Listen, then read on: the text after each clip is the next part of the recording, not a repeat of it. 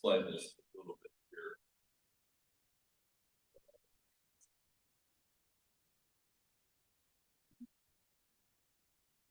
And that is our, am I echoing now? No, okay. So, and that's, there's a little itty bitty map there of the campus, but if you just go to COCC, you can find a bigger map and you can find your way there. Cascades Hall is the one that's circled with the little yellow circle up there. So we are going to have some writing instructors who are also writers from COCC do our first 6 months while we're up there. Yeah, I'm pretty excited about it actually. I work with a lot of these people and they're really good writers and they're going to do some really interesting stuff. So in July, I believe we're going to move to the big new library out east. Maybe, hopefully, we'll see. If not, we'll keep you posted as that information comes out. And then we'll try and be back here in 2027 when they reopen this branch. Okay. So for I can't read and see it at the same time. So for January, Stephanie Andre is going to talk about synthesis in creative writing, or in creative nonfiction. So it's a little bit of, have we heard that term autofiction? Maybe, maybe not, a little bit. It's a little bit of autofiction. So it's kind of a little bit of a crossover of how fiction, the structures of fiction work with creative nonfiction. So if you're writing a memoir, how to make your memoir a story is basically what that's about. Carrie Walker is going to talk about modern love stories, and she'll do a presentation here, and then she'll do a workshop in February. And our old buddy Kristen Dorsey is going to talk about ekphrasis and prosopopia, which will be super fun for everyone to learn some new Greek words. Ekphrasis is basically art that relies on other art. So writing that would be writing about a painting or something like that. And the other one that I can't pronounce is making inanimate objects be your subject. So this microphone would tell the story, so, for example. Anthony Rosso is going to do a presentation and a workshop with character intros, how to do character introductions. Eileen Sather, I just updated this, but it's not on there, is going to talk about inciting incidents. And then Christopher Hazlitt has some really interesting insight into AI and writing, and so he's gonna present some information for us there. July and August, we're in a TBD mode. Our old buddy Jane Kirkpatrick's going to come talk to us in September. She's going to talk about being in the room with your writing. Catherine Snyder, I don't know what she's going to do, but she's a great instructor. She's one of my colleagues at OSU. And then Leva Moss, one of our board members who also runs Bright Light Graphics, is going to talk to us about marketing, possibly about self-publishing as well. Okay. So that's what's going on this coming year, and it should be super exciting. Who has some announcements? I know a couple of people asked. I'm going to bring you the microphone right now. Oh, sure. Oh boy, it's hi, I'm Marina, and next week on Tuesday is the 22nd annual journey. So if you're interested, talk to me. It's a wonderful event that I've been doing since I moved here in August 2003. In contemplation, hijinks, the installation of the gender bending court, a lot of fun, and a lot of poetry and music. Thank you. Somebody else. Thanks. Who else said that? No. How about any exciting news from you? Nothing? Anybody write this week? Good. Anybody read anything this week? We're way ahead then. You guys are doing. Okay. I just got an email yesterday that I am my novel is a finalist in the New American Press Prize. It's the third time my novel has been a finalist. So that's what I'm saying. I'll keep you posted. Okay. So that's a different novel, guys? Same novel. Same novel. Just keep sending it up. I have written two. This one is done. The other one is in rewrite. Yeah. Okay. Anything else at all to share? No. Great. Yeah. Yeah. I joined it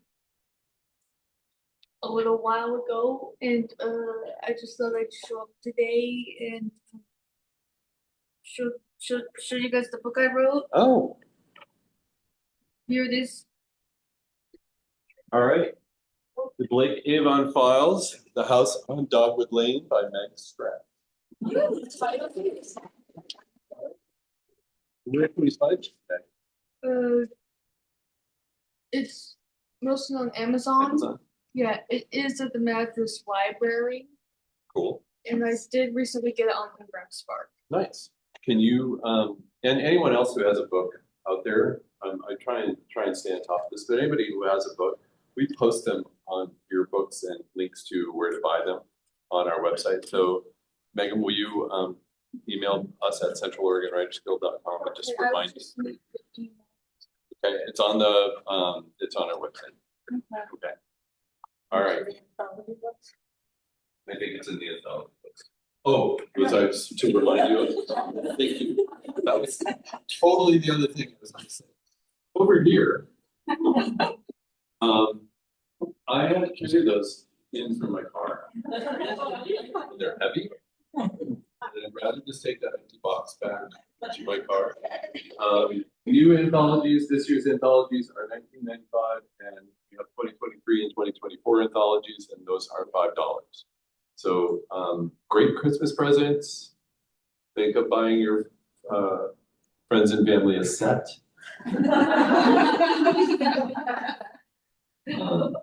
Many of you are publishing all of those, right? Yeah. How many of you are all three of them? Yeah. Several. Okay. Okay.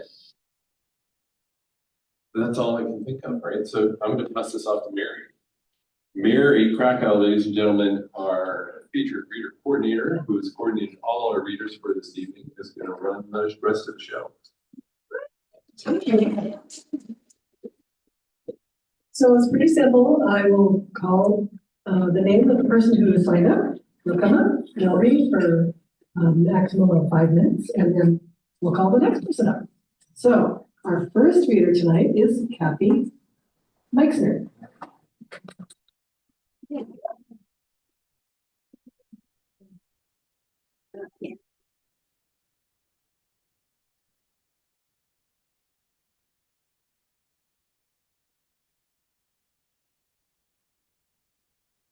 Better. Hey, good to see everybody. Can you hear me? Yeah. Can you hear Yes. me okay? Okay. We'll read this just. I'm going to read you 3 poems. The first one I wrote a few years back when Ukraine and Russia were getting involved, right back at that point in time. And well, you'll see the gist of it or hear the gist of it, okay? It's called When We Used to Matter. It used to be enough that we made the nightly news, that the world saw the images of us, our children, our parents, our friends, wiped out by stray and intentional bullets and drones, and we were helped. At least we used to believe that humanity's horrors, displayed in full color, would cause our friends to rally up. and defend against our slaughter. And so they did. With the passage of time, the world has taken sides, as if we're a soccer team on the world stage. Some want us to win, others not so much. There's now louder, more vociferous voices in similar circumstances, attempting to take our place, to take our aid, and they're doing a good job. We'd love to shout, we'd love to yell, but then we'll be discovered. We'll be seen by enemy eyes as the real enemies that many believe that we are. So for now, the abused have become the abandoned. Those suffering have had to take a back seat to redder, more current bleeding, as all the world's rationalists intellectually discuss the costs of war.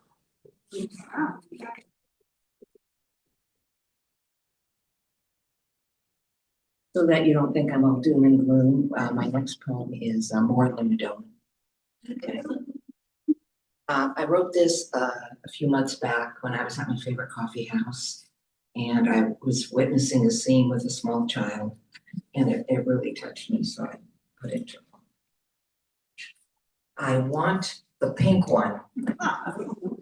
Amidst the bright colors, the clown faces, the ones with the sprinkled sugar dots and chocolate swirls, she wanted the plain pink donut. After all, she saw it in the showcase where she immediately tagged it hers. As we eased our way to the counter, a grandma with a wide smile on her face, about 2 feet ahead of us in line, ordered the last pink donut for her grandson. Emma's eyes suddenly became flooded with tears as she said to the little boy ahead of her, "That's mine, give it to me." Aghast, I spoke to my own 3-year-old granddaughter in calm voice. "No, Emma, that donut belongs to the boy ahead of you in line. He was here first." That's when the wailing began. To my chagrin, the patrons in line behind us began laughing hysterically. I imagine they were recalling those unseemly moments when they themselves were kids, or adults with children for that matter. What I realized in that unforgettable moment was that kids can get away with things adults just can't. For example, why can't I run wild through the lawn sprinklers in front of my house in a 2-piece bathing suit without anyone taking notice? Why should I not be able to stomp my feet in church when the sermon is boring me to tears? Would it not be funny if I yelled out in public, "That man has a big nose," even if it's true? No, it wouldn't. So to all you kids that yearn for your freedoms at 16, 18, 21, and as you anticipate what is yet to come, know this. The freedoms you'll one day be leaving behind will one day be the ones you want the most.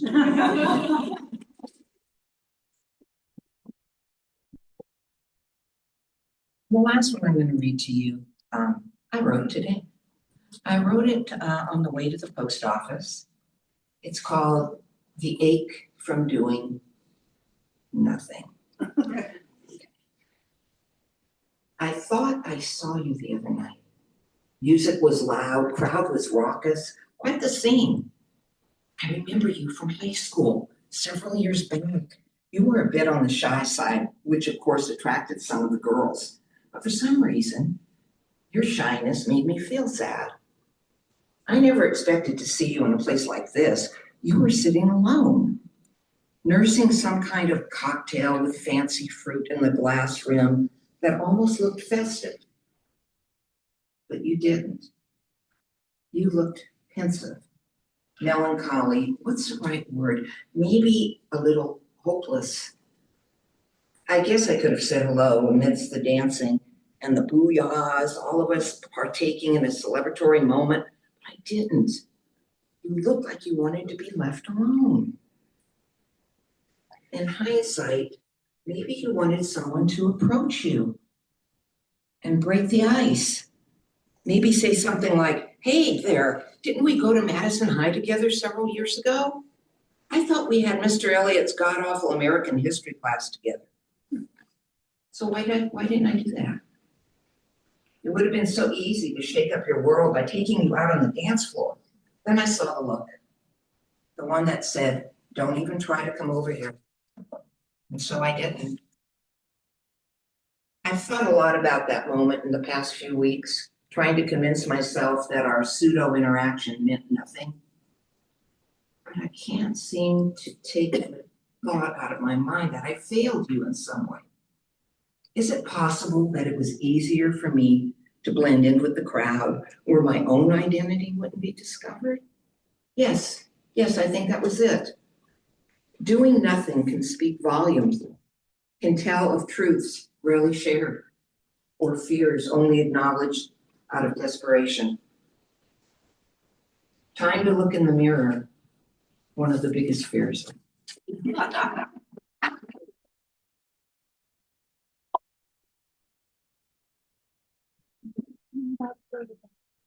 Thank you, Kathy. I always enjoy your poetry. Our next reader is Dawn Forrester. I know you're here. Oh, there you are. I'm upon you. Well, that last poem just gave me chills when you hear my piece. This is nonfiction. I know we had it down as fiction, but a fall day in Eagle Rock. It was a typical fall day in the northeast Los Angeles suburb of Eagle Rock. Cool in the morning, scorching by afternoon. As the last bell rang, I grabbed my French book and peachy folder and met my best friend Christy at our shared locker to begin our 1.5 mile walk home. Enjoying our last few blocks of flat terrain, we turned right on Colorado Boulevard. As we passed the Eagle Cafe with its vintage U-shaped counter, we reminisced about our weekly breakfasts over summer vacation after walking to the park to play tennis. Approaching Dahlia Heights, our old elementary school, we watched as the 5th and 6th graders enjoyed their final recess of the day, envious of the carefree play. Unenthusiastically, Christy said, "We'd better go. I have a ton of homework and I have to watch my brothers today." If we continued straight, we would pass Cindy's Diner, a fixture in Eagle Rock since the 1930s. However, attempting the crosswalk at Colorado and Lolita with no signal to stop the onslaught of traffic exiting the 134 freeway was like playing a game of Russian roulette. So we promised our moms we would take the much safer underpass in front of Dahlia Heights, crossing below the fast-moving cars. Having successfully reached the other side of Colorado at the corner of Lolita, Christy and I said goodbye, promising to meet at the same spot the following morning. Avoiding lines and cracks in the sidewalk out of habit, I trudged up Lolita. Through waves of heat emitting from the asphalt, I looked longingly at our house at the top of the hill. About halfway up the street, I became vaguely aware of a car coming up behind me. Assuming the car would pass, I paid no attention when it slowed down. I quickly glanced over my right shoulder and saw a man in a white sedan with his window down, looking directly at me. I immediately looked down and picked up my pace. "Excuse me, do you know where Laurel Street is?" the man asked with a pleasant smile. He had dark curly hair and a thick mustache. Not young, but not nearly as old as my dad. My senses heightened. My mom's words echoed in my ears, warning me about strangers. "No," I shook my head. "Sorry," I added politely, walking with greater purpose, no longer concerned with lines or cracks. The man continued to drive slowly, keeping with my pace. Again, I glanced over. Smiling, he casually asked, "Do you need a ride somewhere?" Now my instincts were screaming, my mom's words throbbing in my head. Never talk to strangers, exactly what I was doing. I squeezed my books tighter to my chest and walked on, realizing my mom's repeated warnings might have been necessary. Attempting to contain my fear, I shook my head. "No, I'm home," then turned into the next driveway, walking around the back of the house as if I lived there. Terrified the man would follow me down the driveway, I waited near the back porch, cognizant of every sound or movement. When my limbs grew tired, I took respite on the back steps, still on alert. An hour or two passed. Hearing cars and people in the neighborhood, I ventured out. I did not want the occupants to arrive home and find me lurking in their backyard. Slowly, I crept down the driveway, peering up and down the street to make sure the stranger was gone. Cursing myself for not remembering my key, I ran the rest of the way home and straight to the backyard, nervously peering around every corner for the dark-haired man, convinced he knew where I lived. Reaching the back fence, I quickly unlatched the gate and was happily greeted by our boxer, Yoko. I dropped my books and knelt to pet her, enormously relieved to be in my own backyard with my dog for protection. Anxiously, I waited for my mom to come home, keeping Yoko at my side. Finally, I heard her Volkswagen Bug sputter up the driveway. Memory is a fascinating phenomenon involving 3 stages: encoding, consolidating and storing, retrieval, or reconstruction. In the encoding phase, we convert our experiences into a form that can be stored in our brains. This is reliant on both the significance of the experience to us personally and the attention we give the experience. The second step involves storing and consolidating these memories, preserving the encoded information. This can be a tenuous step in the process where incomplete details risk being filled in with new information, altering the memory of our original experience. The final step, retrieval, is the process of reconstructing the details as we recall the experience, building a complete account of the event that makes sense to us. In other words, our memories are not necessarily retrieved as a complete, pure record of our original experience. They are reconstructed or rebuilt as we access the memory from the depths of our brain, incorporating new information that was utilized during the consolidation process. Did the man in my memory have dark curly hair and a mustache? Did he drive a white sedan? Or could these be details my mind has filled in over the years? The first I heard about a possible serial killer in Northeast Los Angeles was in the fall of 1977. I was leaving my friend Christy's house after dark when her mother stopped me at the door, insisting she drive me home because of the recent disturbing news. At the time, I didn't know details about the murders or how many women had been discovered, strangled, dumped naked by the side of the road or down ravines in the surrounding hills of Eagle Rock, Glendale, and Pasadena. It was a frightening time, but I assumed I was safe since I wasn't a woman. I was a 13-year-old girl. Nonetheless, Christy and I no longer walked to and from school.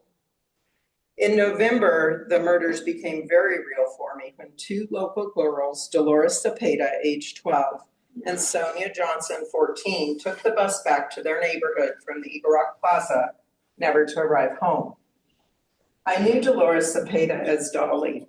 In 5th grade, we attended a gymnastics class at the local YMCA. She was a sweet girl, quiet with a broad smile. On December 21st, Dolly and Sonia's young bodies were found, naked, dumped down a hill in a pile of garbage near Dodger Stadium. Without a clear timeline in my memory between the horrific events from the fall of 1977 and my encounter with the stranger on Lolita, I experienced waves of guilt, wondering if I could have shed light on a possible suspect. If the 2 events did occur at the same time, I hope my 13-year-old self would have connected the dots and spoken up. I was by no means a shy girl. Or in the process of retrieving the memory, have I reconstructed missing details? Given the overwhelming media coverage of these local murders, it's possible. But why didn't my mind fill in the image of the other killer, Angelo Bono, instead of Kenneth Bianchi? Both men were in the newspaper. Today, I want to believe the reconstructed version of my experience is a product of this phenomenon.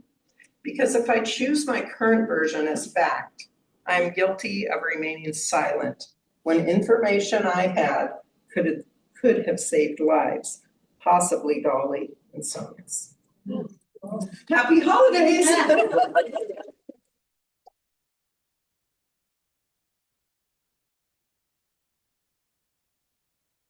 Oh, thank you, Dawn.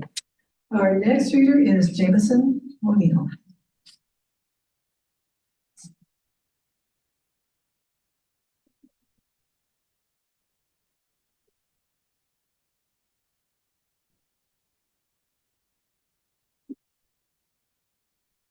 This is a condensed version of a column I wrote in the Iowa City Gazette back in 2001, shortly after the San Jose Mercury News published an investigative report that rattled the University of Iowa.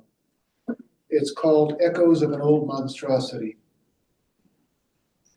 When Mary Nixon learned at age 84 that she had been case number 15 in the University of Iowa's now notorious stuttering study, she wrote to the monster, one-time graduate researcher Mary Tudor, accusing her of methodically turning young Mary, an orphan with no power of consent, into a lifelong stutterer to test the theory of Tudor's mentor.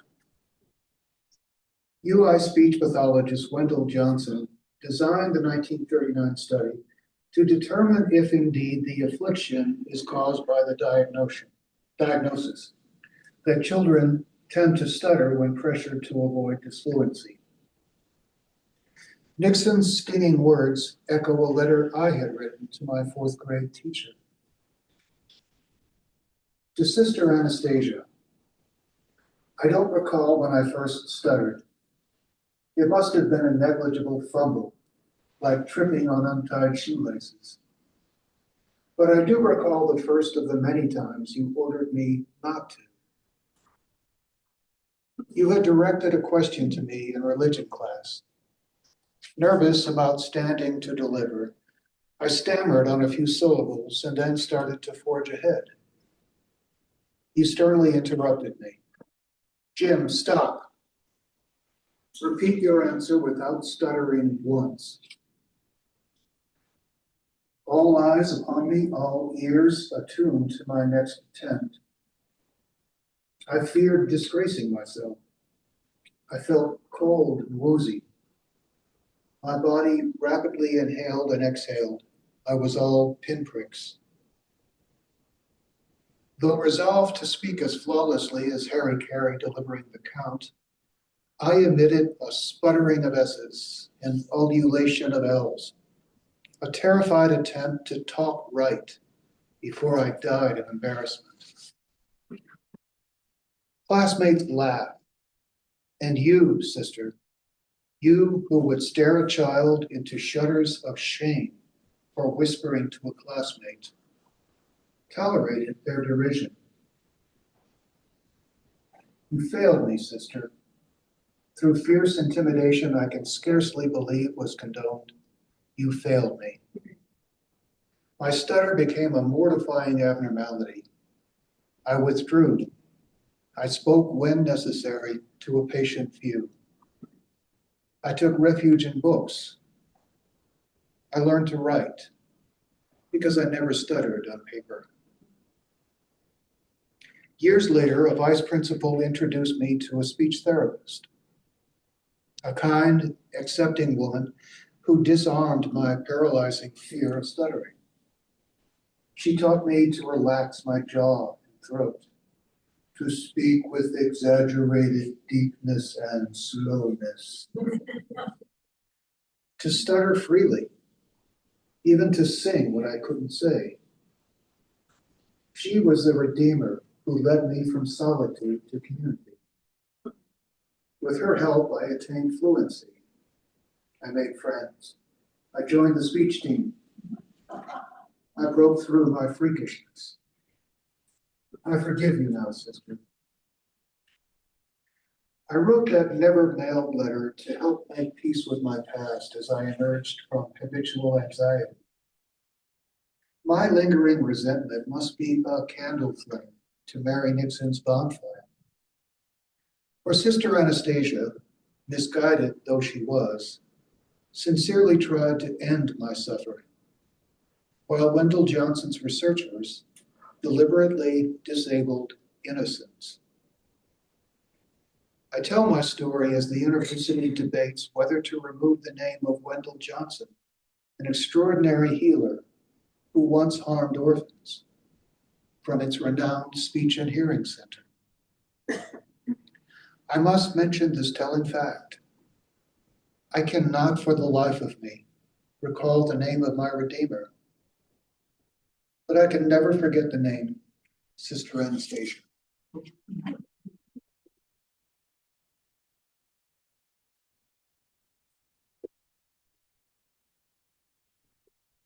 Thank you, Jameson. That was very powerful. Our next reader is Rachel Hopkins.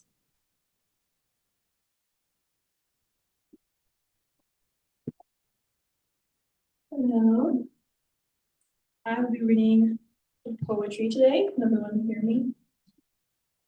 I'm gonna do 3 poems. The first one is called Organism of Want. And there's a quote at the beginning. The quote says, "Some say the soul informs the body. But what if we were to imagine for a moment that the body informs the soul?" And that's from Dr. Clarissa Piccola Estes. And then here's my poem after. My body wakes in the cool dawn and sends her hopes out to sea. One day may I return them to her, as ships wrapped in gold, as bottles with stories newly told. I'm still learning to be here, to live in the deep mist of her whims.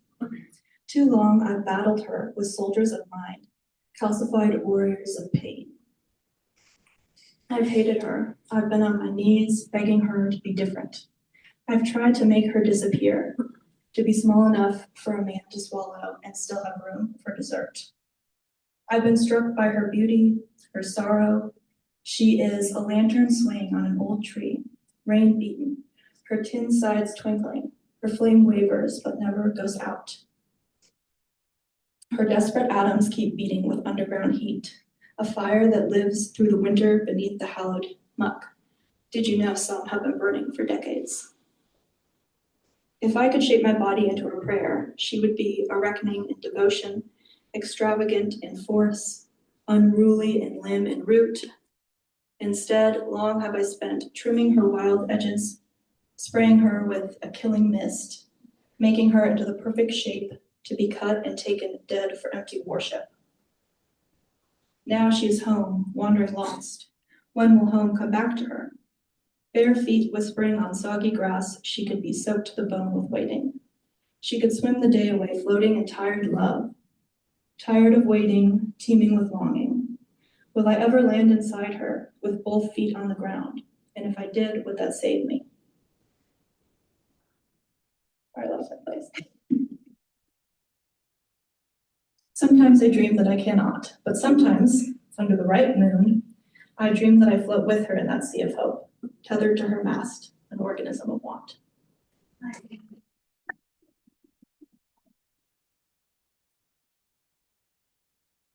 The next one is called Bone Wrench. On a good run, I find a rusted wrench. I carry it with me. The weight in my hand gives me momentum.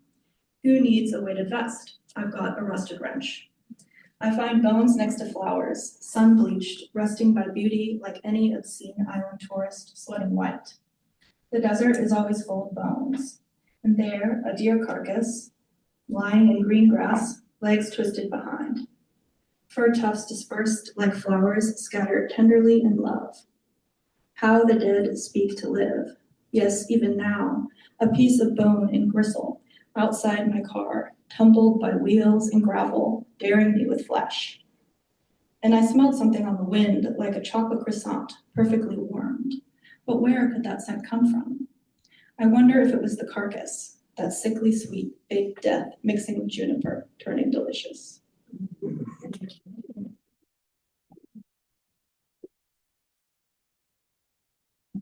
And this is the last one. It's called Longing for the Wild. Chain link fear has me collared. I fear to let the world see my bite. Shivering in the waiting, I am aching for punishment that never comes. Its lack brings relief like a ringing echo, but stagnant disappointment burns and turns to rot. Please give me something with bite. I am sickened by the softness. At least bright pain blooms. It saws the raw edges. It knows me better than sorrow, a house where I keep all the doors closed. Now my freedom so close I can taste it on tongue, rolling the grit in my mouth like salt. Aren't we all just pressed to the window, longing for the wild of ourselves?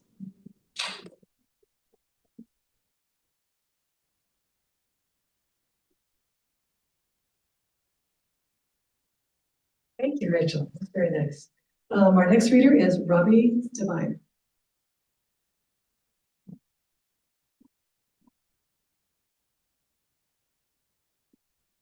All right, testing. Hear me? All right, this piece is called Gasper the Ghost. Gasper the Ghost wheezed as he drifted up the stairs at just over a snail's pace. Hang on, Phil. Got to catch me breath, Gasper panted. Oh, leave it out, mate. You're a ghost like me. Yeah, well, last week I was having a spot of bother breathing when I passed. It seems to have stuck. That ample midsection don't help none either, Phil retorted. Plus-sized I am.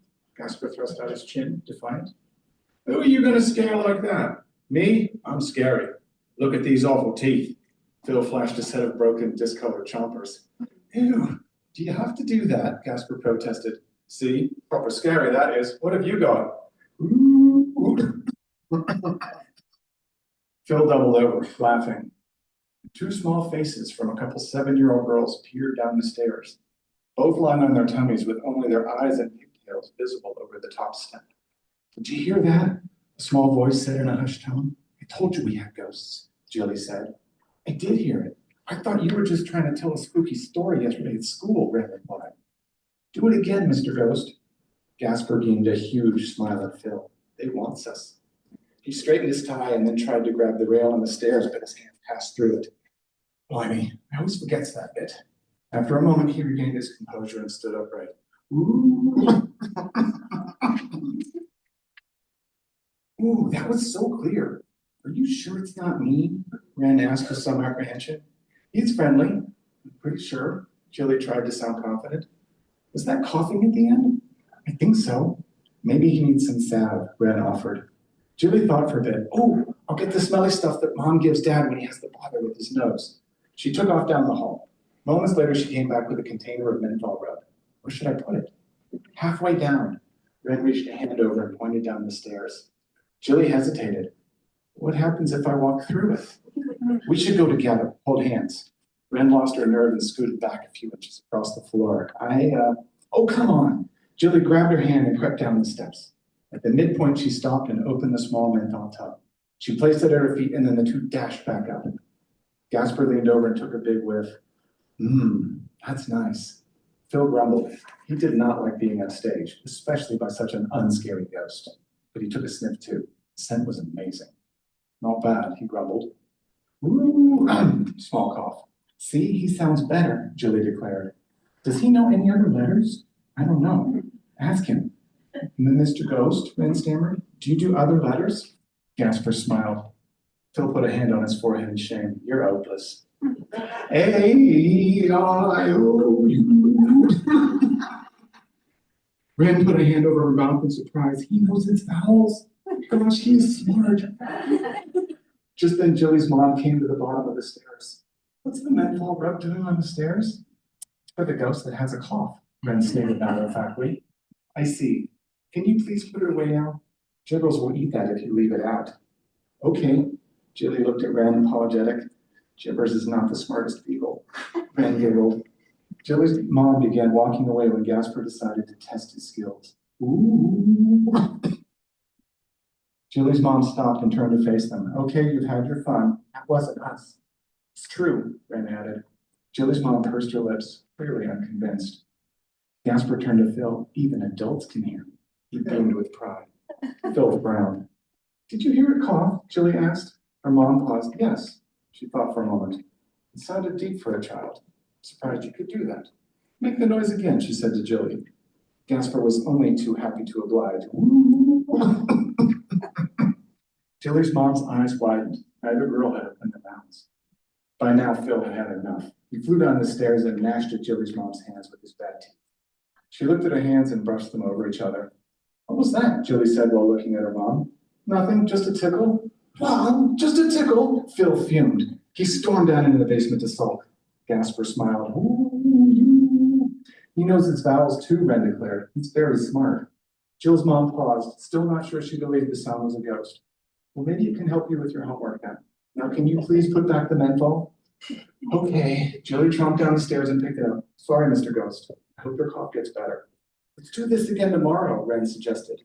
Jilly's mom had her hands on her hips. Mom, please, I promise not to leave the menthol out. After your homework is done. Yes, Jilly and Gasper said at the same time.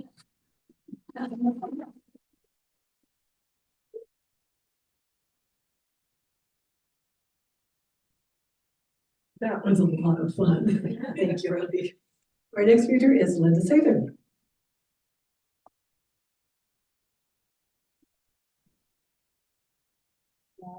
Hard act to follow. So well read, thank you. This is what is probably going to be the first page of my creative nonfiction memoir that I'm working on. I came to the Serenity Prayer late in life, but it resonates with me like nothing else, except maybe song lyrics. I'm sure you know what I'm talking about. Grant me the serenity to accept the things I cannot change, the courage to change the things I can, and the wisdom to know the difference. The prayer is supposed to begin with the words, God grant me, blah, blah, blah, but I refuse. I refuse to relinquish agency for what is ultimately my responsibility.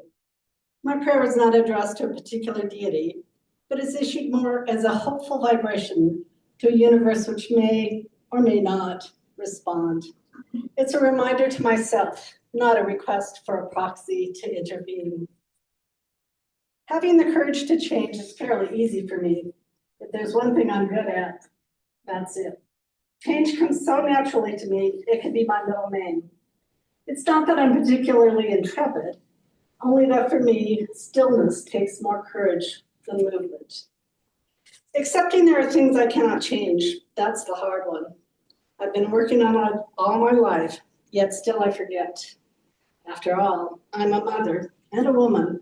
I want to take care of everyone. I can never just leave people and things well enough alone. I know best. Well, I think I know best. And I get frustrated at having to acknowledge I'm not in charge of the universe, if only. But no, sadly it turns out there's only one person in the world I can change. When I do finally accept what I cannot change and work on changing what I can, then and only then do I find serenity. According to Al-Anon, nothing is more important. Distinguishing between the two, between what you can and cannot change, that's the hard part. The prayer calls it wisdom. I call it growing up.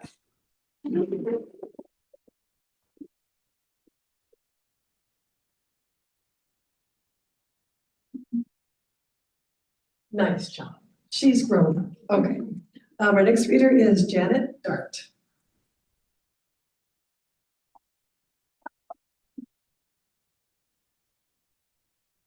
Hello. Seems like I was just here last month. Here I am again. This is, I don't consider myself a poet, but this is a poem I wrote and is dedicated to everyone who has cancer, has had cancer, knows somebody who has cancer, or knows someone who has had cancer. I wrote this about, I lost my hair, my hair started falling out about a week after I had my first chemo. And my husband buzz cut it for me, about an inch. And I went, I can't do this without having earrings. My hair before had been down here, so I never bothered with earrings. And the PA for my cancer doctor said,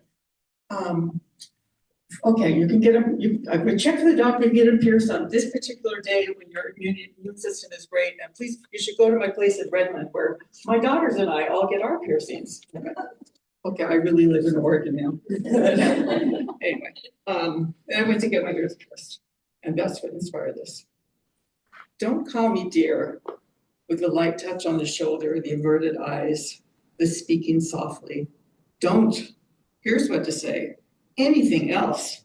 Chemo, and when I nod, you've got this. You're a fighter. You're strong. Good for you. Anything but dear. I will embrace you if you need to talk. Maybe your mother, your sister, your friend, or I know because you will have tears in your eyes, and I will comfort you. I too have had friends die from cancer, not in a matter of months, even with chemo. And one friend who fought with everything, her stage 4 lung cancer stretching for 10 years.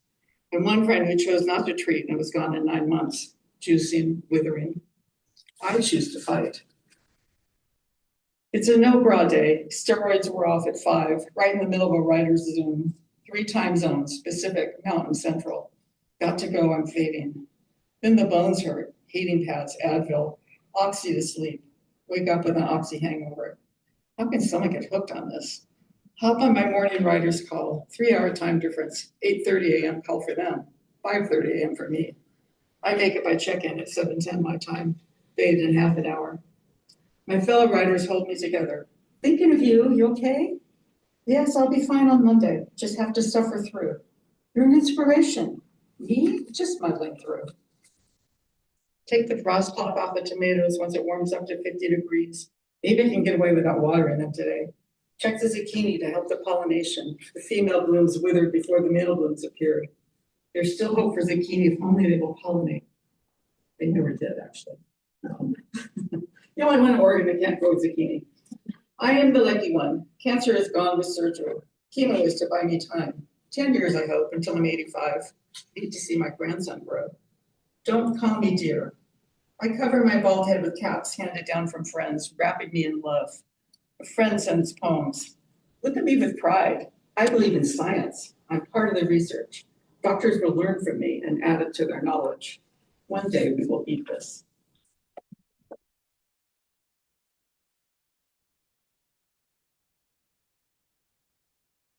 Thank you, Janet. You are an inspiration.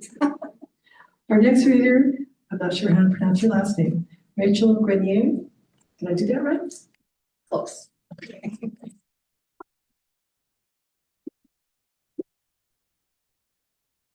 Hello. It is just such a joy to be here tonight, and all of your writing is just beautiful. So thank you for letting me be here. My name is Rachel, and I joined in October, so I'm a new member. I'm also a second-year MFA student at Pacific Lutheran University. And tonight, I'm very nervous. Tonight, I'll be reading a series of short excerpts from my creative thesis, which is a nonfiction book that follows the story of my grandfather, a pilot from Portland whose final flight vanished in Alaska more than 70 years ago.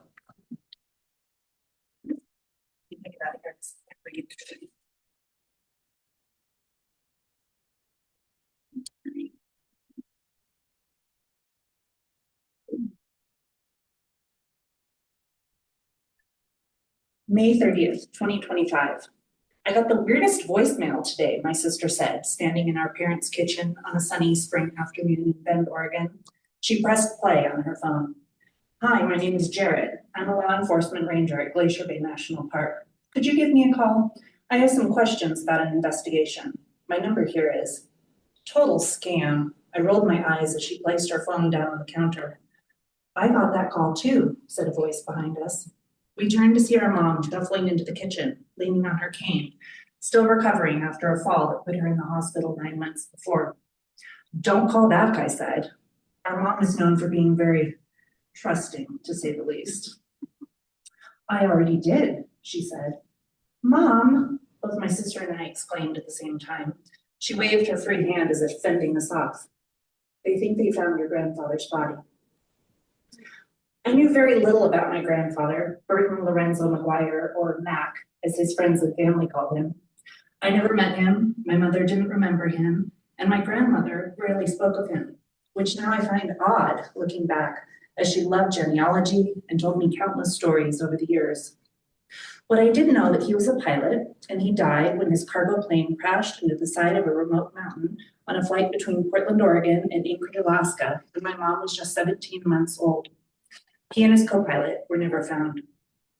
It was a tragic story, but one related without emotion. It was just a fact. He was my grandmother's first husband, the father of my mother, and he had died.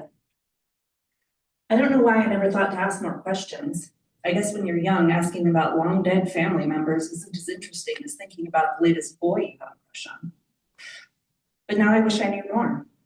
My grandmother has been gone for more than 20 years. My mother has no memories of her father, and there is no soul left on earth who remembers my grandfather while he was alive. Thank God for the internet. And my grandmother's genealogy research, and the leather flight bag filled with letters penned by my grandfather during World War II. From this, I have begun to piece together the life of Burton Lorenzo McGuire, Mac. A photo of him as a child now sits on my bookcase, watching me with an eager smile and bright eyes as I research, reflect, and write about his life and what it means to mine. I can imagine the early morning of January 12th, 1952, the last day of Mac's life. He would have woken after a short night's sleep, perhaps showered to wake himself up, dressed in the dark, keeping quiet so as not to wake the house full of women he loved. His wife, my grandmother, in their bed, dark-haired and beautiful as a movie star. His mother, now alone in her bed as her husband, Mac's father, had died a year and a half earlier. And his beautiful baby daughter, my mother, with her Shirley Temple curls, snuggled in her crib. He would have kissed his wife and daughter goodbye as they dreamed, grabbed his flight bag, the one that now sits on my bookshelf, walked out the front door of his house on Southeast 46th, gotten in his car, the sporty 1946 DeSoto Club coupe he bought after the war, or a cab, or maybe his co-pilot, George Ellen Simpson, picked him up after kissing his own family goodbye. He would have driven to the Portland International Airport about 20 minutes away, parked, walked to his plane, smiling and greeting people he knew, especially the pretty girls, I'm sure. He and George would have boarded their Douglas C-47 Skytrain Flight 785 with General painted boldly in red along the side, settled themselves in the cockpit as 6,177 pounds of cargo, mainly crated eggs, were loaded into the belly. It would have been cold and sky dark, with patches of clouds and stars, and the moon half full, bright and low to the west, getting ready to set. They took off at 0200, bound for Annette Island, en route to their final destination of Merrill Field in Anchorage. They arrived at Annette, an 11 by 11 mile island in southeast Alaska, at 7:09 a.m., a flight time of 5 hours, 9 minutes compared to the 2 hours and 4 minutes that same flight would take today. At Annette, they refueled and waited 2 hours and 22 minutes for weather to improve in Anchorage. They took off at 9:31, the sky brighter after the sunrise, but snowing. They checked in with the flight service station at 9:40, saying they expected to be over Sitka at 10:50. At 11:11, they reported strong headwinds. At 11:47, they estimated they'd be over Yakutat at 12:45. That was their final radio contact. August 15th, 2025. My mother called me yesterday to say that the medical examiner's office had results from the DNA test she had taken. It was a match. She sounded happy, and I told her I was happy too. Though we both acknowledged how strange it is to be happy about finding a dead loved one's body. He's gone, and finding his remains doesn't change that, but at least he will no longer be lost, buried under a glacier, slowly making its way down the side of Mount Prillian to the sea. My mother said she prayed for this day, this phone call to come during her life, her father coming home. My father talks of flying over the area where my grandfather has lain the past 73 years. I am scared of flying, scared of crashing, of meeting the same fate as my grandfather. But I will go. I will pop my pills and force myself onto the small plane, and my stomach will roll and my palms will sweat, and I will grasp my mother's soft hand, and we will cry together, cry tears built up over 7 decades of grief, cry for the beauty, the closure, the resolution, the reunion.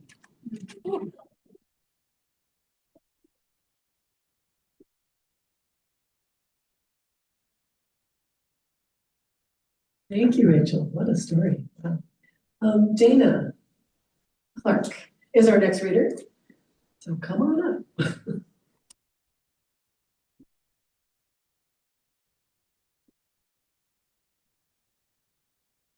Yeah, I have to thank Mary a lot for getting me on. I've just come back from New Zealand and spent 40 hours in the trip. And so I'm a little still shocked. But anyway, I will try and read.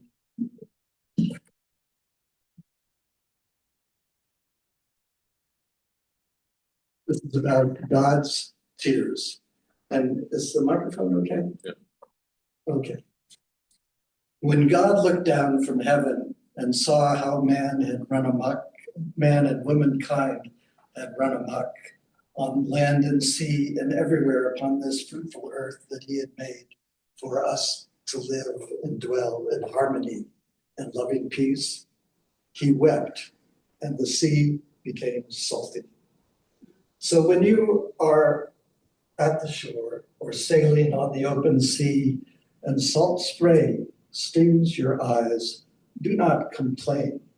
It is God reminding you of his tears for what we all have done, are doing now, and will do again tomorrow.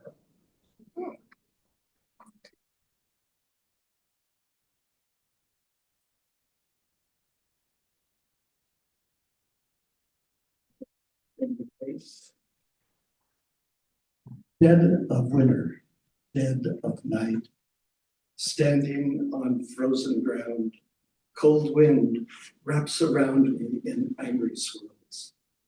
The breath of life freezes and turns to ice inside my nostrils, burns my throat, stabs my lungs.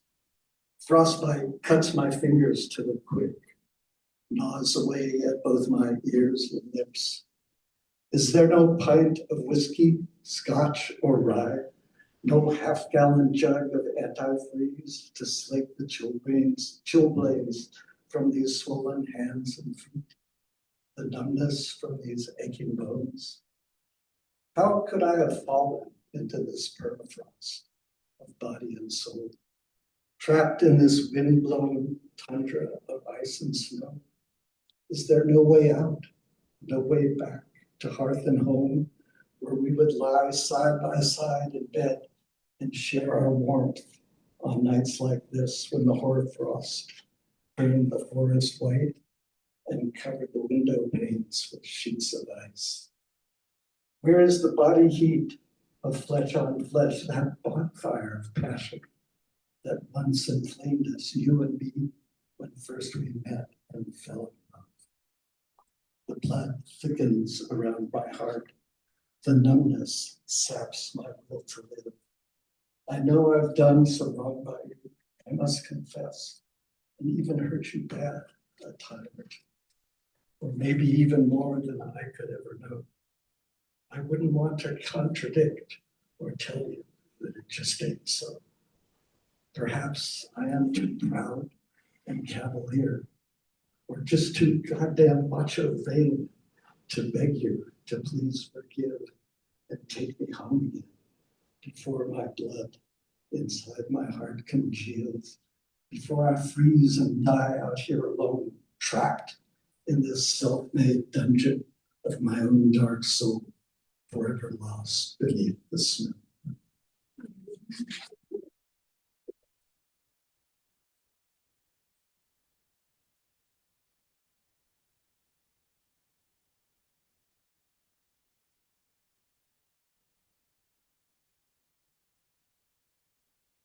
As in meditation is the name of this poem. When I am away and off at work, or just running down my routine errands daily, there's a place inside I go to find you, a sanctuary free from strain and stress, where humdrum noises and shouts are hushed, today's frantic frenzy for survival, and tomorrow's hectic plans are pushed aside.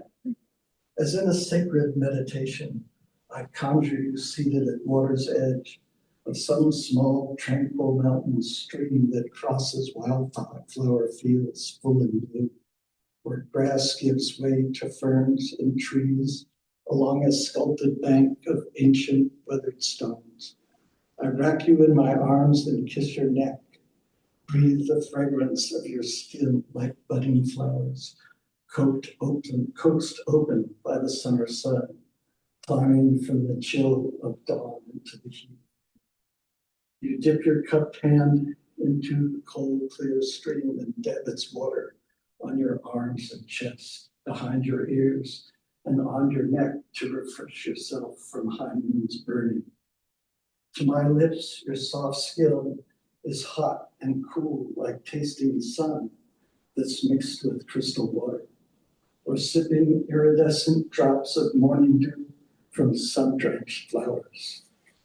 Your open kiss envelops all sensation, transcending distances and separation, until our souls and body merge and mesh, and we are joined in spirit and in flesh.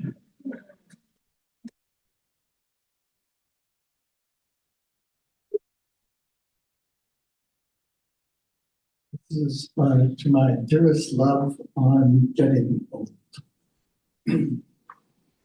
You say that we are old and broken, useless now the kids are grown and gone away to places we have never known, places where they prefer to live and be than here at home near you and me. Even the family pets are dead and gone, buried beside the old big stump that used to be a giant pine tree that blew down one winter in a heavy storm that swept ashore from off the sea. While they were young and growing up, that tree became a natural jungle gym. It covered the whole backyard with its big green branches spread so wide they seemed to hold in their embrace the painted vault of western sky, when the sun would set through bands of crimson red with a splash of gold into the sea. Even after the storm had blown it down, and it was but a barkless skeleton with a trunk, propped up askew and at a sloping tilt by leafless limbs stuck like broken crutches and crooked walking sticks into the ground. To keep itself from falling down, the kids were still overjoyed. When school let out and they came home to play and climb across and up the deadwood branches, laughing into the upper reaches of their childhood sky. We picked up an old ship hawser from the dock and hung it up from the very topmost tip and tied a great big knot into the bottom end of it, where they would sit and swing for hours at a time, sometimes so high they'd reach the windows on the second floor. Now that they've packed up and gone, we're left alone to rattle around this empty house with all these empty beds and too many flights of stairs for our tired, aching legs that climb. What can I tell you after all these years together, you and me, my dearest love? As we age and turn to sticks and bones, like tree limbs and branches stripped of leaves, and then the bark that once was skin, laying bare the wood to weather in sun and wind.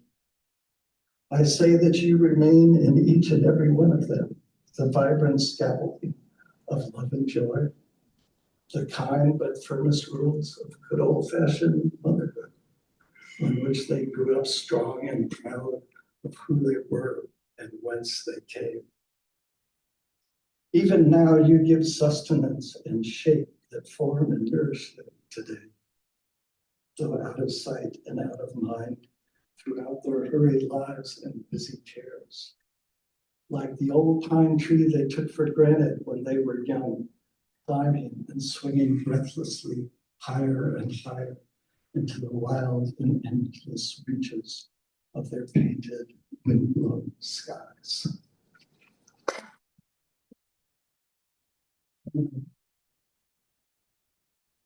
Thanks for letting me read before you run over the ship.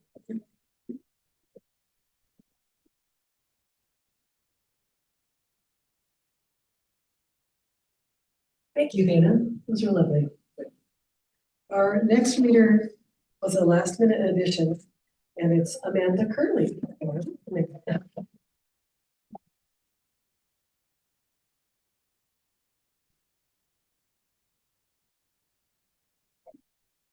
So yes, this was very last minute. So the piece I'm going to share with you tonight is just a small excerpt from my current work in progress novel.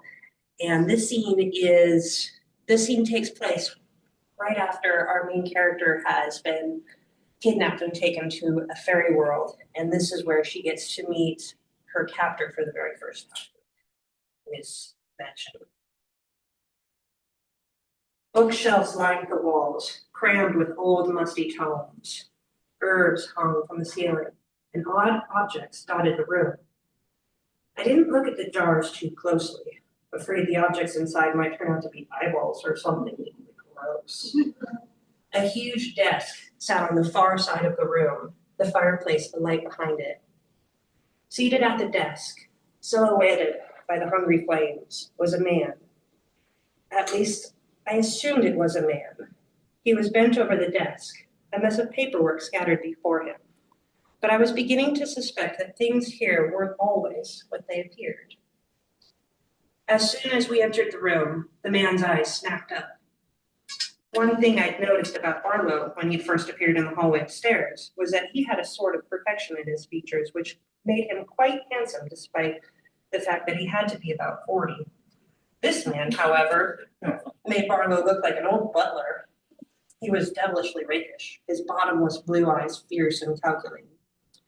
His thick, near black brown hair curled at the nape of his neck in a careless fashion, and his clothes were fine, like what an aristocrat might wear. Though he was maybe in his late 20s or early 30s, his eyes seemed ageless. His sharp gaze slid over Barlow entirely and fastened on me. I swallowed. There was a brief flicker of something indescribable before he clamped down on the emotion, and a sort of smug amusement filled his eyes. Good evening. You must be Fane. Welcome to my humble abode. His voice was deep and smooth, and as he sat back, confidence and conceit rolled off of him. The nonchalance grated against my frayed nerves. Are you the master? I hadn't meant to sound so sarcastic, but he grinned and gestured to the chair on the opposite side of the desk. I took a seat. I am Berdrake Bartholomew, Dardoch of Fideca. As such, I am only governor, gatekeeper, and arbitrator. My word is law and justice, swift. He savored the word justice as if it had a displeasing tang to it. I am judge, jury, and executioner, so... He paused dramatically, his smile self-satisfied, exposing his sharp, pearly white canines. Yes, I suppose I am the master. Please, however, feel free to call me Baird. After an awkward pause, he continued. Barlow tells me that you had quite the run-in with some trolls in the forest. Trolls? Instantly, the image of a booger-green cartoon character with a seriously grotesque underbite wielding a caveman-esque bone club entered my mind.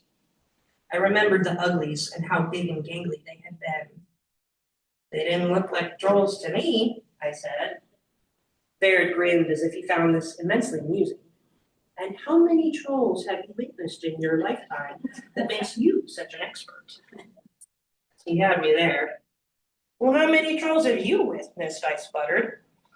Far too many to count by far, he said, waving his hand airily. Though I don't think I could count them, even if I had the wish to. They're far too ugly to look at for any amount of time before one wants to pluck out his own eyeballs and rid himself of the images. I cringed at the visual. Baird continued on as if he discussed self-mutilation over breakfast every day. So tell me, Miss Fane, what brings you to my oh-so-humble abode, trailing trolls behind you like a giant niggling natters? Giant what? The image didn't quite settle in my mind, and I shook my head to dislodge it. I'm sure I don't know what you mean, but you have to know, I didn't come here by my own choosing. I don't even know where here is. I had hoped that you could tell me. He studied me with his sharp, probing gaze, and I shifted uncomfortably. Look, if you don't want to tell me where I am, at least tell me how I'm going to get home. It's probably been long enough that my mom is freaking out. Baird's lips twitched into a frown. He dropped his gaze to his desk and steepled his fingers. When he looked back up, the frown was gone, but there was steel in his expression that gave me jitters. So you have no idea why you're here, he said. I sighed, exasperated. No. You probably don't know how you dropped a 300-pound Macedonian troll then either. A gate? Dropped? Did you mean Did you kill it? No. But you very nearly did, which would make you a formidable foe to whoever your enemies, or to your enemies indeed. Enemies? I sputtered. Unless Gwen had a bigger grudge and creepier friends than I remembered, I couldn't imagine what kind of enemies I might have. Trolls are not naturally daylight creatures. Baird leaned back, elbows pressed into the arms of his high-backed chair. Whatever convinced them to attack you must have been persuasive indeed. He sat silent then, as if waiting for me to spill and fill the silence with the answers he sought.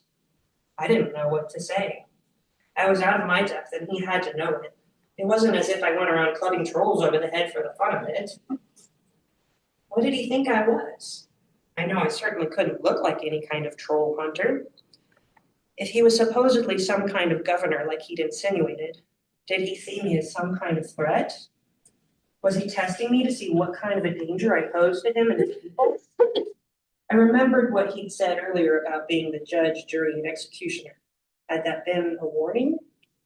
Something in my gut told me I should be very careful about what I told this man. If I gave him the wrong impression, there was no way to tell what he would do. He obviously didn't seem to think I was entirely harmless. I didn't know how harmless I might or might not be either. No matter though, I had to choose my words carefully. Whatever you think I came here for, it's probably not what you expect. I swallowed. If you remember correctly, your people brought me here. I don't know where here is, and even if I did, all I want right now is to go home. You can throw me in your dungeon and hang me by my toes, but you'd be wasting your time. Baird's eyebrows lifted. His lips twitched and a smirk crept over his face. That is a most terrifying prospect, he chuckled. And though it sounds quite intriguing, I will have to save it for my next wayward victim. Out of the corner of my eye, I saw Barlow standing off in the corner of the room. He too had a glint of mirth in his eyes as he pressed his lips together. Both of them laughing at me like this made my cheeks burn. Whatever game they were playing, I didn't want any part of it. If you're going to throw me in your dungeon, then what do you want with it? My voice sounded harsher than I'd intended, but my head pounded and the stress of it all was wearing on me. Baird sobered, though his eyes still twinkled. What do you know about the fairy world? I'm not a kid anymore, I snapped. If you wanted me to believe in fairy tales, then you should have gone with Bigfoot and Martians instead. After everything that had happened, it was a weak argument, but I was tired of this. You're not a child anymore, Baird agreed, with a tinge of what seemed like regret. But that doesn't change the facts. Though you don't believe in boogeymen and fairy tales, you may want to reevaluate that opinion. He leaned forward, staring evenly across the desk. Because they believe in you. A shiver passed over his image like a ripple in a pond. A darker visage shimmered over his skin, and I caught a glimpse of slitted eyes and cracked skin. I gasped and the illusion vanished. Goosebumps ran up my arm. What are you? Baird gave a shrewd smile. Oh, I'm many things, but foremost among them, I'm a warlock. My jaw fell open. A warlock? You mean like... I wiggled my fingers at him as if casting a spell. His features flattened, unimpressed. What are those humans teaching nowadays? He muttered. Oh, magic has a price. You can't just wiggle your fingers and poof, you've got a magical pony. Well, that was too bad. Is Barlow a warlock too? I noticed the stag man still hadn't moved from his post on the other side of the room. Baird shook his head. No, Barlow is a shapeshifter, but you'll have to ask him if you desire to know any more about his kind. Besides, he's cocked his head, and I felt as if he were evaluating me again. I'm sure you have other more pressing questions. I did, but I didn't know if or how to ask him. He reminded me of a cocky poker player who enjoyed watching you squirm in your seat since he knew he held all of the cards anyway. Only we weren't playing a game, or if we were, I wasn't aware of it, or any of the rules for that matter. Where are we exactly? He smiled. A question simply asked isn't always a question simply answered. You're in Fedeka, but Fedeka is just one small fragment of Fairy's whole, one mound amongst many knolls that make up our world. I remembered all the books and stories I'd read about fairies, and the ground seemed to shiver out from under my feet. Fairies are really real? Quite, Baird nodded. We were a pesky and unruly sort, but we managed. I glanced down at my hands. Was I somehow part of this world too? Was that why I'd been able to drop a 300-pound troll? The thought was so thrilling and terrifying at the same time. It was almost too much. What's a Dardock? I blurted, needing to change the subject. Baird frowned. What? A Dardock? You said you were a Dardock earlier. What's a Dardock? Oh yes. He eyed me, but continued. We Fae aren't always the best mannered, and so each mound is safeguarded by a Dardock. Dardocks are responsible for the keeping and protecting of their respective territories, and thus they are also the gatekeepers between this world and the humans. We are, due to some rather rapscallion endeavors in your world, bound by the contract to keep the tomfoolery to a minimum. He said this last word as if the words tasted sour. God save the queen, he muttered, more like a with her head, if you ask me. Suffice it to say, you won't find many Fae running amok in your world anymore. Oh. It wasn't hard to see how he felt about such restrictions. So fairies, the Fae, aren't allowed in the human world? The image of the red-headed shopkeeper flashed through my mind, and I wondered if she'd been an exception to the rules. We're allowed to enter your world, but only so long as we adhere to the restrictions specified in the contract. We aren't, for example, allowed to expose ourselves to the public. He snorted. They had to be very specific when writing that one down. I started to ask why, but snapped my mouth shut as I realized his meaning. I guessed that the Fae could be quite literal when they wanted to be. That reminded me of something else, though. Is it true that the Fae can't lie?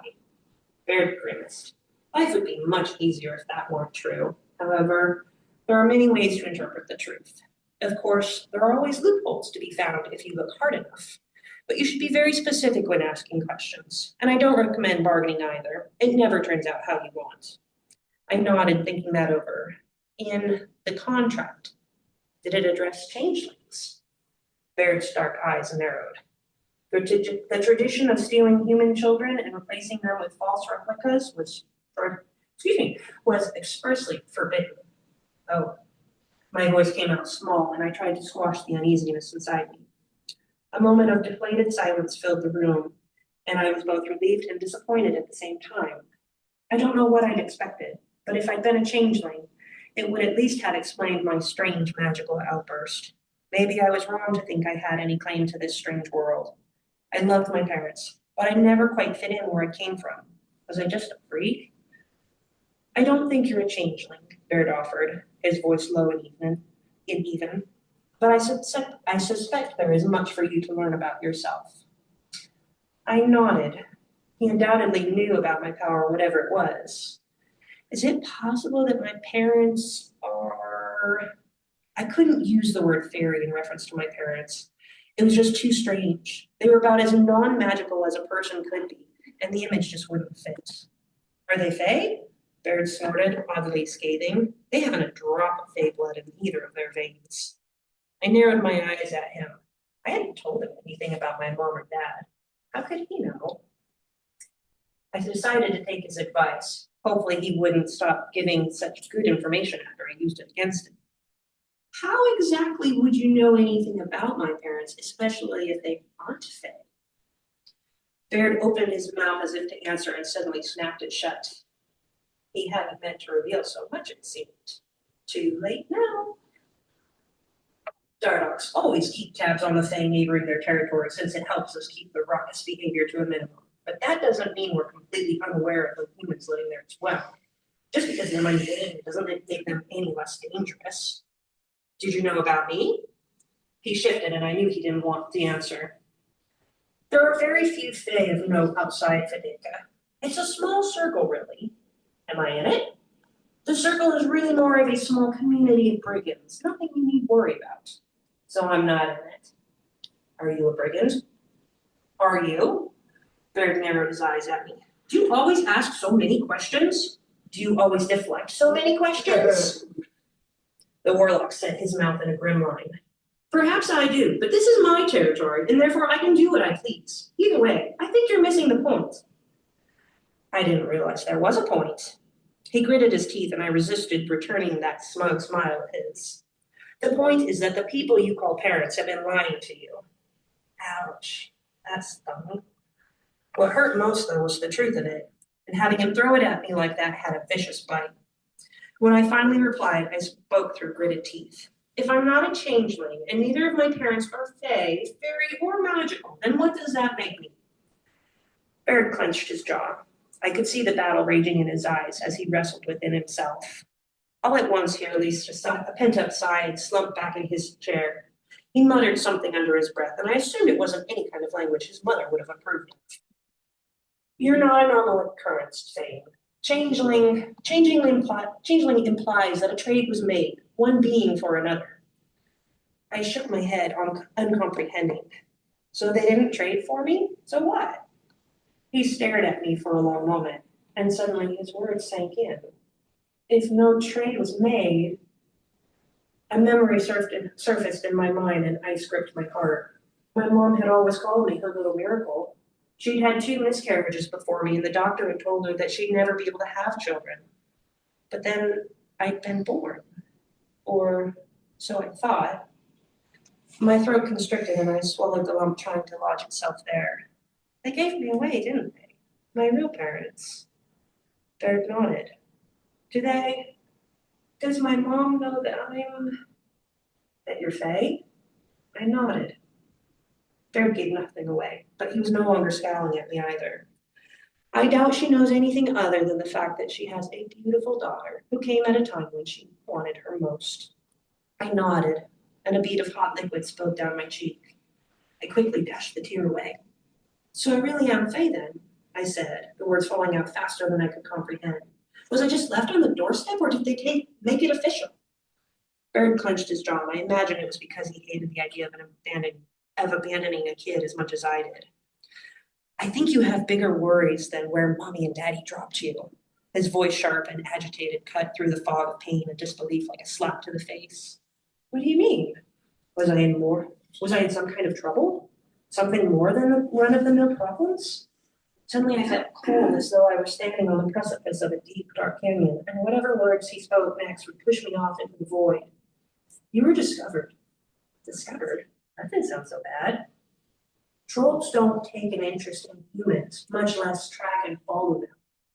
Fire flared in the warlock's eyes. Someone's been following me.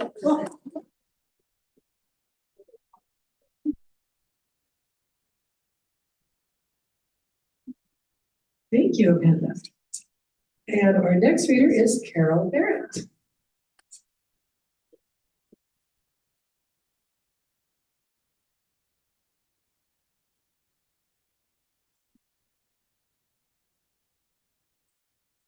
I believe I'm the final reader this evening, and I especially want to thank Mike and Mary for pulling this all together.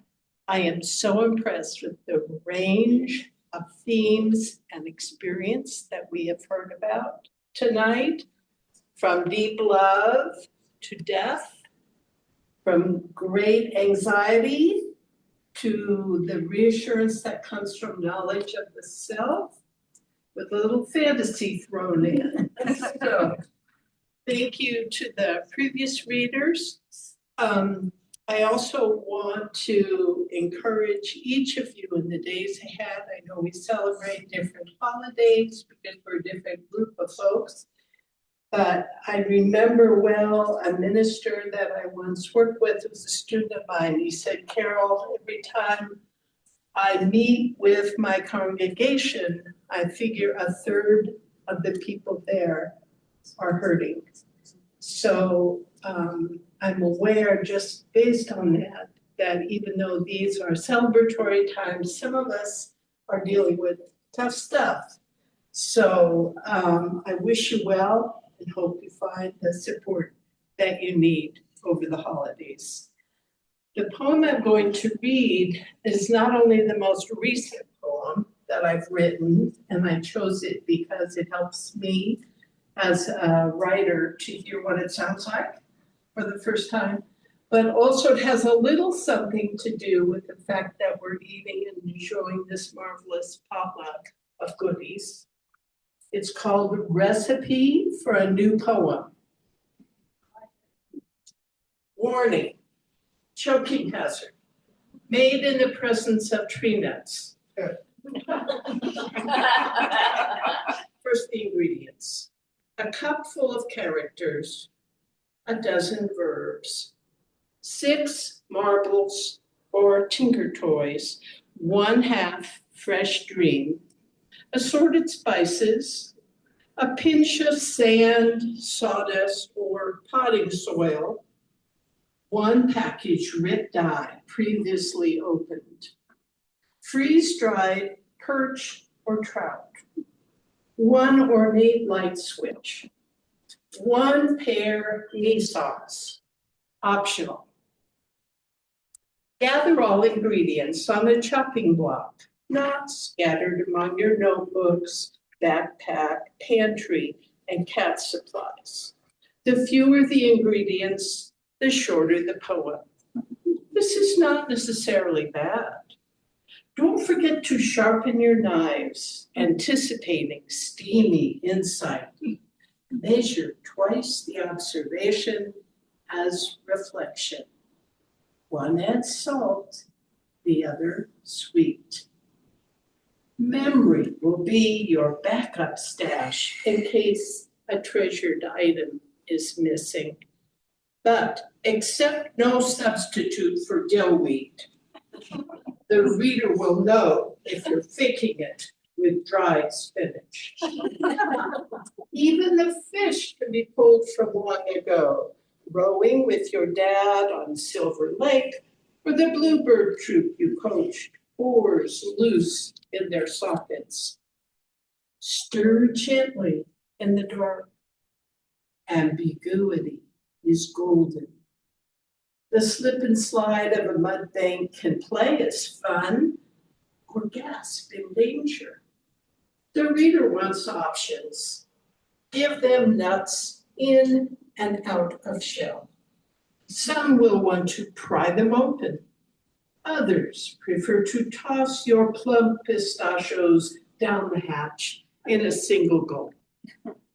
Simmer on hot if desired. Cool quickly.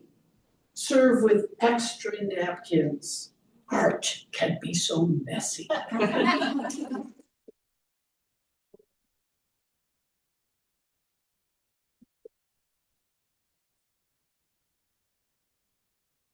Thank you, Carol. Thank you all. And I want to echo what Carol said. I love the diversity of what we hear. The reason for this group is that we are a bunch of individuals who are for some reason engaged in this art form. And we're all very different. We all do it alone most of the time. And the idea is to come here together, share with each other, learn from each other, validate each other. And I love that this group is growing. We've had a really good year. We had some great presenters and workshops. We had our collaborated with our first annual writers conference. Hopefully we'll have another one again next year. We've got some great stuff lined up this coming year. So yeah, I'm super happy to see you all here. I'm super happy to be part of this. And happy holidays to everyone. And there's more food. And as I mentioned, there are more. Little secret here, those 2023s and 24s still say 1995 on the back. So if you give someone a gift, they'll think it's that 1995. So hang out with each other, mingle, enjoy, eat, talk, have fun. I mean,